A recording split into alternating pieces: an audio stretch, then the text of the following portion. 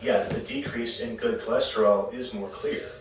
There is an enzyme in the body called hepatic triglyceride lipase, or HDL, which breaks down good cholesterol. By increasing the amount of testosterone in the body, the activity of the HDL enzyme is increased, thereby decreasing the amount of HDL cholesterol in the body. You may be asking yourself, if there's all this data showing how bad steroid abuse is, why don't more people know about it? There's a couple of reasons. First is sample size. On social media, it may seem like a lot of people are taking steroids, yet this is a biased perspective.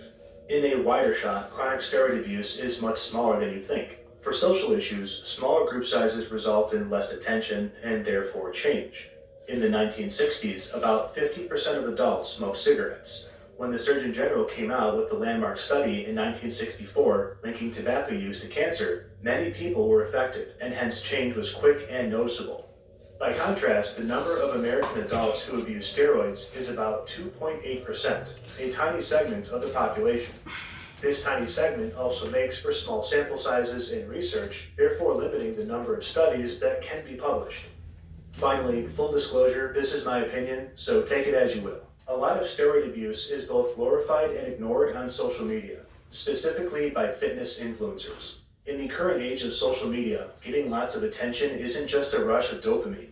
Those views translate to people whom you can sell your custom-made fitness program to or attract lucrative sponsorships. I firmly believe social media and fitness influencers have caused a rise in steroid abuse, and it will continue to grow into an epidemic. Whether it's pressures of competition, obsession with achieving strength goals, or the hyperrealism of social media, people are being influenced to use steroids. After all, why not partake? It worked out for them. The fitness influencer industry shows no signs of slowing down on platforms like TikTok, Instagram, and YouTube. If people, especially young people, are not made aware of the dangers of steroid abuse, they will find out, but through tragedy. Thank you for watching Dark Science.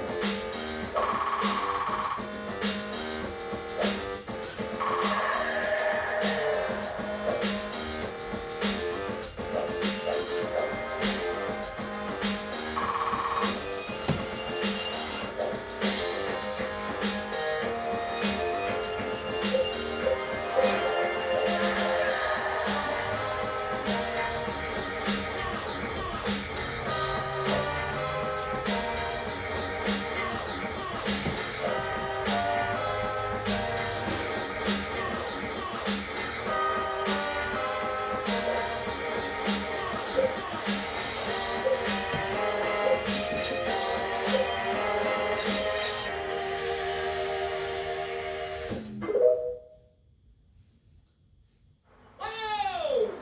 Yes, How do you sleep at night? on a mattress from Mattress Firm. I sleep at the semi-annual sale and clearance. Save up to $500 on Tempur-Pedic. Get matched at Mattress Firm. Sleep at night.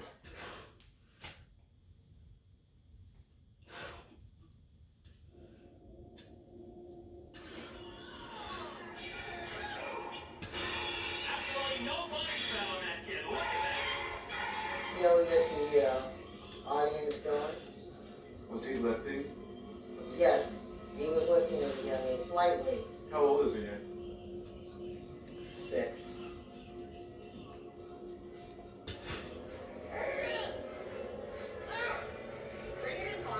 So when he got older, when you're on stage, it's a big high. People are clapping, and you get a lot of people coming to you, giving you endorsements. Austin Boyd grew up in a world of gyms and steroids. By his late teens, he was competing in bodybuilding. Go in the mirror, make sure you got an inch down, and go right in, guys. Don't be like, like going all slow. Just pound it in. And he became one of the first people to share his experience using performance-enhancing drugs on social media. So when the internet came on, Boston became famous because of it. So it's not a hush-hush. You can go anywhere on the internet and find out what drugs do, what they're for, where to inject, how to inject them. That's some pharma-grade growth hormone. Boston helped start a trend that has spread as social media has grown. Name a bigger doctor. And now, a new generation of influencers are promoting illegal bodybuilding drugs classified as research chemicals. Some of these drugs have been linked to organ damage, heart failure, and in some cases death. I've seen over 10,000 patients in 20 years. The age continues to go down, and the numbers and the incidents continue to go up.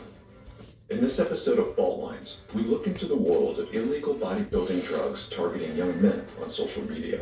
The floodgates have opened, and now men are just being bombarded with images of perfect bodies. There really isn't a precedent for men having an algorithm target them with these images. It's like the gladiators, yeah? Because you want to be the perfect body there is.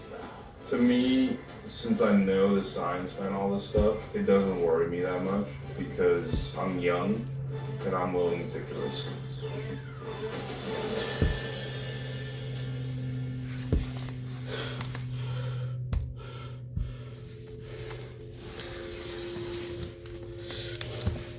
So you're like born into a gym. Exactly. We have the daycare there. We have the nannies there, and we play with little kids there. That's it now. Do the muscle ones. Around, monkey ones. I can't do that. When Boston Lloyd was growing up in the 1990s, his parents, Marie and John, helped run 3 Gold's gyms in California. He soon followed in their footsteps and became a bodybuilder.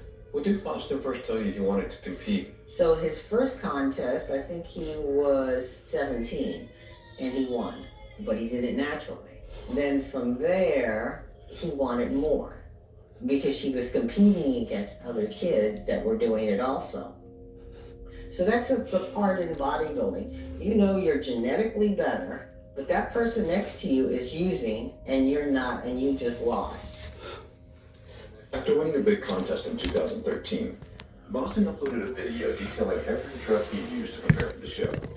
He was 21 at the time. Like a lot of people are gonna look at this video and they're gonna frown upon me. Like, damn, you took that much. And you're gonna laugh because yeah, I did take a lot of my age, but I actually know what I'm doing. It was one of the first times a bodybuilder went on social media to share the type and dosage of the drugs that they were taking. Boston definitely opened up the gate to talk openly online about steroids. He met his partner, Ariella, a fellow bodybuilder, shortly after. When we were long distance, we used to send videos to one another. I'm to the gym